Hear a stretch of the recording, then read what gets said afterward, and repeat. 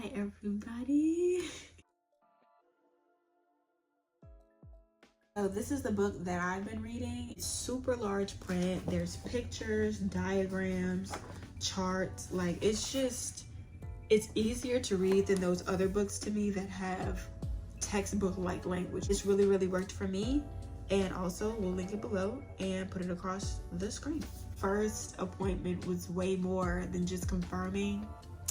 We did a urine test at my first appointment.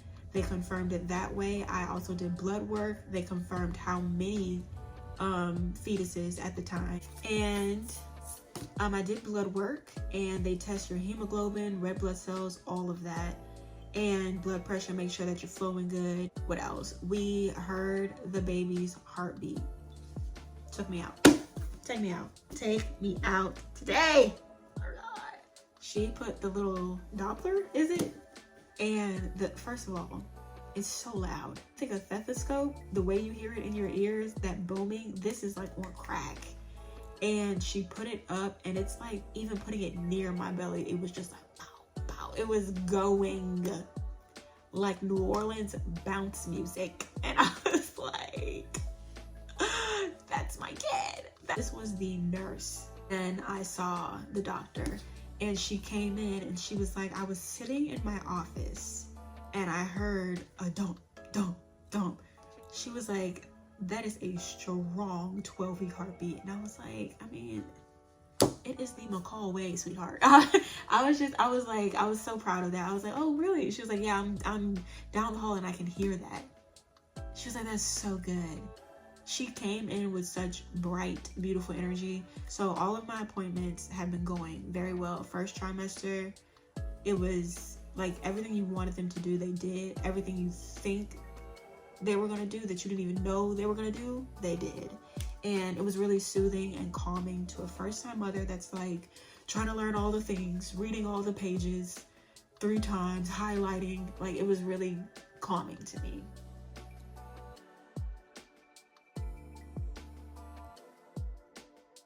So one thing I do want to point out, that I'm experiencing emotional and mental health of things that you experience in your first trimester and with being pregnant.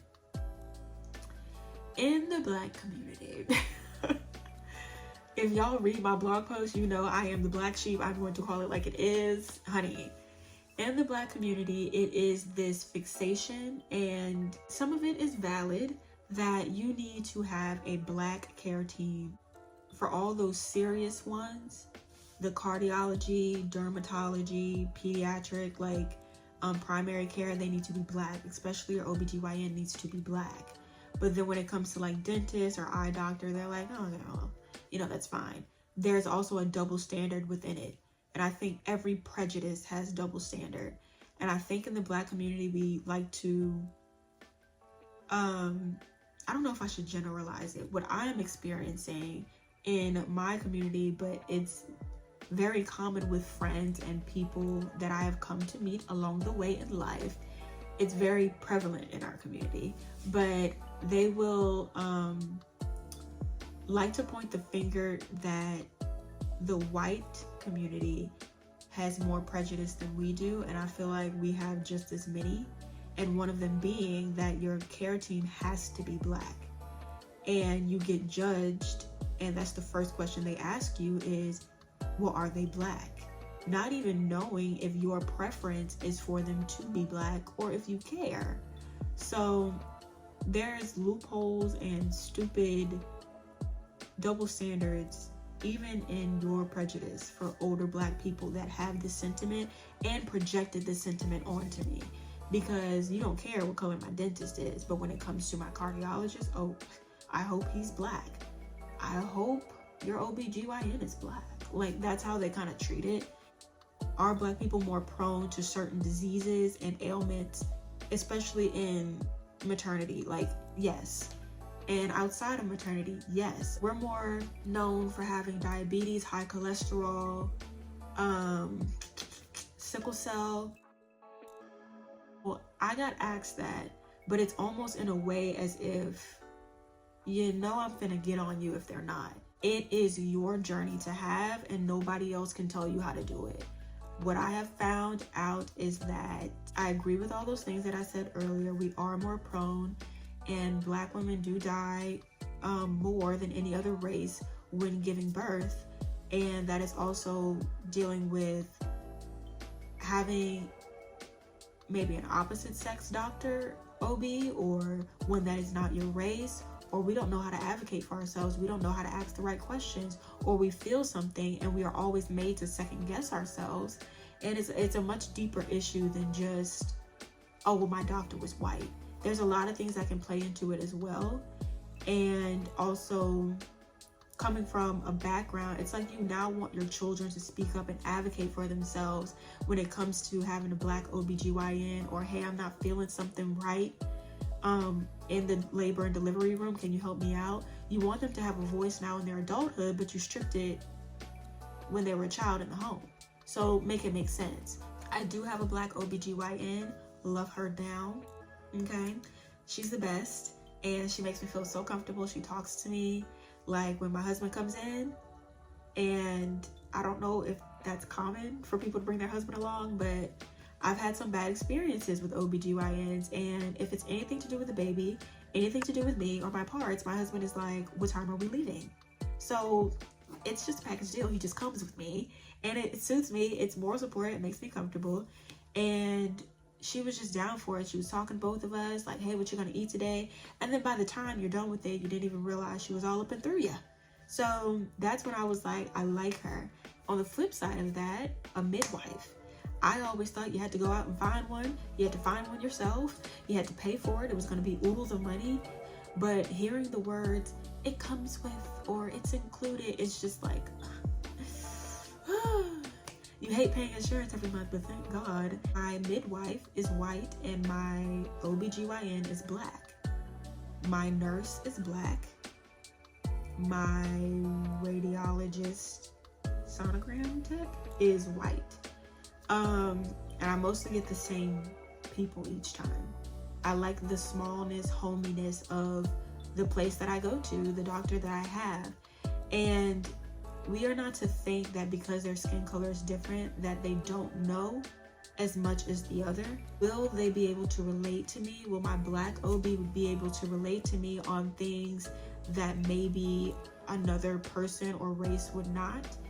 I think you can say that. On some things, yes. But it's not fair to just walk in the room and automatically think, this is how older Black people think in the community and that are around me, that the minute I say she's white, oh, you need to do your own research, you need to print out your own stuff, you need to go in there with 2 or 3 people, let your aunts and other people come with you to advocate for you and be a full force, let her know she's not going to do this, that. But then the minute I say she's Black, there's this weird thing about prejudice, this prejudice of like, oh, well, you should have said she was Black. Oh, so now the responsibility I have to advocate for myself is now released because she's Black. We should just teach people how to advocate for themselves in the medical field, in a medical setting, regardless of the color of the person's skin. They're both very knowledgeable. They've both been very helpful. And I message in the portal, they're going to message me back. They let you see all your blood work. There's nothing that they are keeping from you that I can't be like, can you explain this to me? And some of the questions are like, I ain't never been asked that before. I'm like, what is lipid retransformation? It was at 3,000 milligrams over, like, I'm asking. My weight comes up in kilograms. I'm like, can you tell me how many pounds I am? Like, they don't. I've been rushed before. I've been talked over before. I've been dismissed before. And from the both of them, I receive superb care and bedside manner. And that's all that you can ask for. It is nice to have people that look like you in spaces and positions like that, but it is not a necessity to where we need to make it a prejudice. You need to make it more of a preference, I guess, and there's kind of a fine line with that. But the way that it was projected on me was like, you ain't gotta do much when they're Black, you know, just make sure she's Black. Like, you don't even know why you have that preface, you're just prejudiced. So all of my appointments have been going beautifully. I don't have the same experiences as some people in like the mommy group or on mom TikTok or anything like that saying that their sonogram person is rude. I think you just need to follow the rules. Don't film if they tell you don't film. They give you pictures when you're done. And some things I think in the society we have gotten away from, just letting things be a memory, letting them be cherished. And the only way I'm gonna forget it if I am 89 and I come down with dementia. Like, some things are just to be held in your heart, and that's the best place for it to be sometimes. So there's times for pictures and videos, but there's times for just, oh, you just had to be there. Sometimes there's just moments like that. So I had no problem. I didn't ask them if I could film. I read the sign and I followed the rules. And then there's some facilities that allow you to film. It's just different. Whatever your preference is, find out what works for you. But let's try to not move and project onto mothers prejudice and standards that you have that they may not have. So that's a big thing that I learned. But follow me on all my socials. I hope that you enjoyed this video. Stay tuned. Bye guys.